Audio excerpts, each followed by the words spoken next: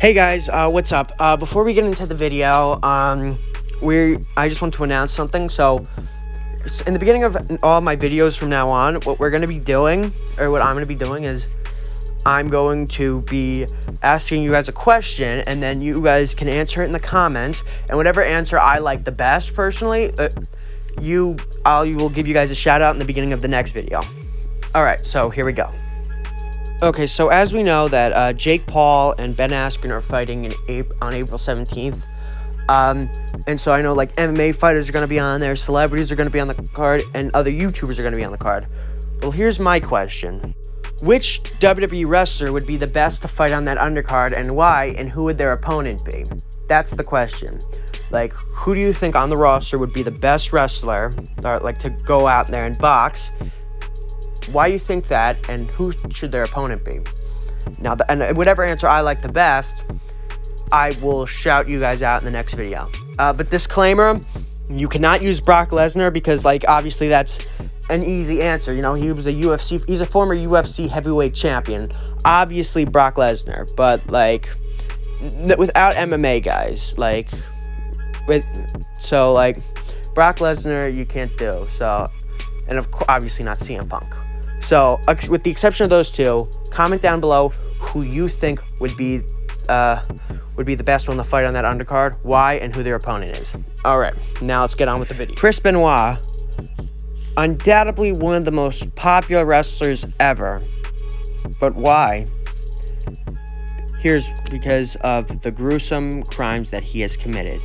He has, don't get me wrong, Chris Benoit has been a phenomenal talent. He is a phenomenal wrestler, but he was a good world champion, but none of that matters after what he had done. And we are going to get into that, and if you have a faint heart, I suggest just turn off the video now, because this is not going to be a light subject. So, here we go. Now, Dark Side of the Ring released a 2-part documentary about Chris Benoit and that whole entire incident, and it's a very good documentary. It's definitely worth a watch. But I would say we're not going to necessarily talk about that. Like, obviously, I'll give you guys a brief overview of that, but also if you want to go watch videos specifically talking about Dark Side of the Ring, go watch War Culture or Cultaholic. They'll take care of you. But however, in this video, what we're going to do is we're going to take the documentary and we're going to make theories based off of the information in the documentary. So the main conspiracy theory that we're going to be going over today is, did Kevin Sullivan, was he the real murderer behind the Chris Benoit incident, or did he have something to do with it? That's like the main conspiracy we're going to go over today. Now, for those who don't know, Kevin Sullivan was Nancy Benoit's original husband. They were together during WCW. I think Kevin Sullivan was a wrestler and a booker, and I think he liked Chris Benoit, and he was the one who booked Chris and Nancy in a storyline where him and Chris were feuding, and then Nancy would end up in the storyline leave Kevin for Chris Benoit. And then so it was just a storyline, but then it ended up becoming reality because I think one thing was like Kevin Sullivan ended up like making sure, said, oh, you guys should like spend time in public, you know, to make people think it's like real, you know. And then of course that's how it went, and everything else happened. But one major thing I want to point out is that in the documentary, multiple people said that like Kevin was abusing Nancy. Like Dean Malenko's wife said that Chris brought her in with a black eye that she said was from Kevin, and Nancy's sister also said that Kevin abused her, and that's one of the reasons why she left for Chris. And Chris was very good to her, which I think that's a main point we gotta keep. Now, obviously, I would imagine Kevin wasn't crazy about Chris after his wife left him in favor of Chris. However, there was also another reason, because when Kevin Sullivan put the belt on Chris Benoit, he left, and it's what he thinks that, like, it's because that Chris Benoit left WCW for WWE is why WWE got so big. And he feels like it really hurt business. And it is a possible motive. I mean, money can drive people to do crazy shit, right? And here's a clip of him saying that he lost a lot of money off of this. Here, roll it.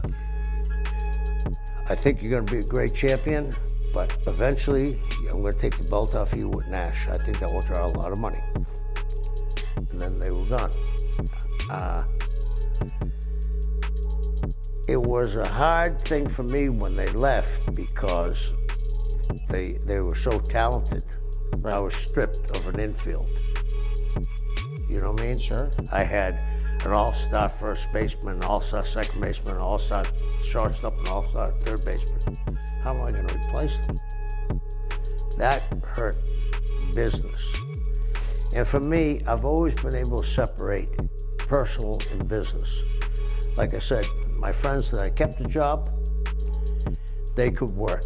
Where Rick and Hogan sometimes kept friends that couldn't work. So, but like he said, money, like he separates business and personal, so I think that motive is out of the picture. But like I said, I think it is the perfect crime. Like, he obviously probably hated Chris after what happened with Nancy. Probably hated Nancy. So what does he do? He kills the family, and then what does he do? He makes it look like the father killed them, and it makes it look like it is the perfect crime. You take out this family, and then you make the guy you hate, not only do you take everything away from him, you ruin his legacy as well. It really is the perfect crime. And like, on paper, that sounds good.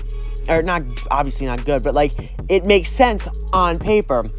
However, when you look logistically, like where Chris was, and like over a 3-day period, it wouldn't make any sense that this would have happened, that Kevin would have gotten into the house with nobody noticing, then like murdered all 3 of them, and like make it look like Chris committed suicide. It just doesn't make sense. Now, it is important to add that the police did investigate Kevin Sullivan, and he was proven innocent by the police, so that's out of theory. And also, when I was like researching for this, I found this old promo of Chris Benoit, which it sounds very revealing in hindsight, and I'm gonna play it for you guys. Here, roll up. Monday night, my wife and my children will not be watching Raw because I am gonna do something that is unthinkable. I'm gonna leave you with my anger. Sleep well. Now, I think that answers the question, did Kevin Sullivan murder the Benoit family? No, he did not. I very much think that Chris Benoit murdered his family, and that is devastating, but it is the truth. But there is one more theory I want to go over, and here it is. Did Eddie Guerrero know that Chris Benoit was thinking about committing suicide or killing his family? Now, this is a very interesting theory that nobody really talks about, and I really want to dive deep into it. So, here we go. Now, as we all know, Chris and Eddie were very close. Very, very close. They were almost like brothers, you know. Eddie gave Chris a Bible for Christmas one year, and Chris carried it around all the time. Like, they were very close. The Benoits helped out the Guerreros after Eddie's passing. Like, family, basically, right? And so they were obviously very close, and obviously the death of Eddie, I think, and a lot of other people think, well, it was very traumatic for Chris to go through, but I think Chris Jericho stated in the documentary that he feels like that's the day that sealed Chris's fate to do what he did. However, I think because they had such an open relationship, like it was like a close relationship, did Chris confide in Eddie of what he was thinking about doing? Because like when on the Raw tribute show to Eddie Guerrero, Chris Benoit delivered this message, and this isn't the full message, but this sentence really stuck out to me, and I'm gonna play it for you right now. Roll it. He was the one friend that I had that I could go to and pour my heart out to if I was going through something, if I had a personal issue or a personal problem. He was the one guy that I could call and talk to and know that he would understand, and he would he would talk me out of it, because of all the experiences that he'd been through. Now, what did Eddie talk Chris out of doing? He doesn't mention it. Why? Maybe it was like something traumatic, like, I don't know, murdering your family and yourself. And I think maybe Chris confided in Eddie going, look, I'm having these thoughts in my head, I need help. And maybe that's why and Eddie said, dude, you cannot do that, don't ruin your legacy, don't ever do that, that is terrible. And maybe that's one of the reasons why he gifted Chris a Bible for Christmas, was to show, hey, you don't need to do this. You can find your higher power in the resorts of you can still find your sanity. And I think once Eddie lost, that was his rock. That's the person who was holding him back. And now that there was nobody to hold back what happened, it was... Yeah, I think that's kind of what happened. And then there's also another notable fact. So after Eddie died, Nancy and her sister gifted Chris a journal to write to Eddie, like, to talk to him. And they looked back and it said, like, hey Eddie, I just sinned. Like, and I feel like maybe he communicated Eddie through that. And, like, that's what the journal was for. And he said all this, like, deep stuff. Now, is there a possibility that he actually did say this stuff to Eddie? I mean, he was talking to Eddie through the journal. It makes sense he would say the same stuff, right? Like, right? I think so, and I think that's a very valid point. But honestly, this is a conspiracy theory we'll never know, because both men are gone, and no one else will know about about the private conversations that they had. But one thing to say is, the point is, look at these two men. 15 years ago, they were still alive. Fast forward 15 years, they're both dead. One is beloved and missed by his fans, and he's still honored today. He is in the Hall of Fame. His family are legends. Like, it's a tribute. Wrestlers still tribute to this man today. Now, the other is a disgrace to honor and tribute. It's shameful to, like, love him. It's like you can't even say his name. It's a disgrace. He's a disgrace to the business, and it's only because of one action. That's what I want to point. Like, if anybody listening has, like, mental health or, like, mental health issues, I do want to say, please seek help. You can very much not only it doesn't just affect you, it affects the people around you, and, like, you can still have a happy life. You can still have a happy ending, unlike Chris Benoit. And that's really what I want to make out. Like, I tried reaching out to David Benoit for an interview to, like, go through this, but he didn't get back to me. If he does end up getting back to me, I say we'll do that in a separate video.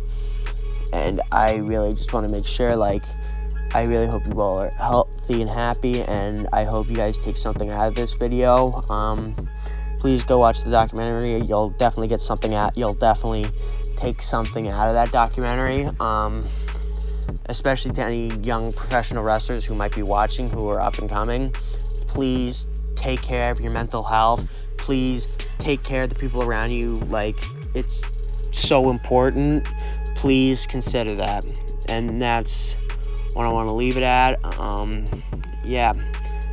Comment down on, like, what I said in the beginning of the video. You might win a shout out in the next video, just so make sure you go and comment. Yeah, this has been your boy, Mr. Wrestling, and peace.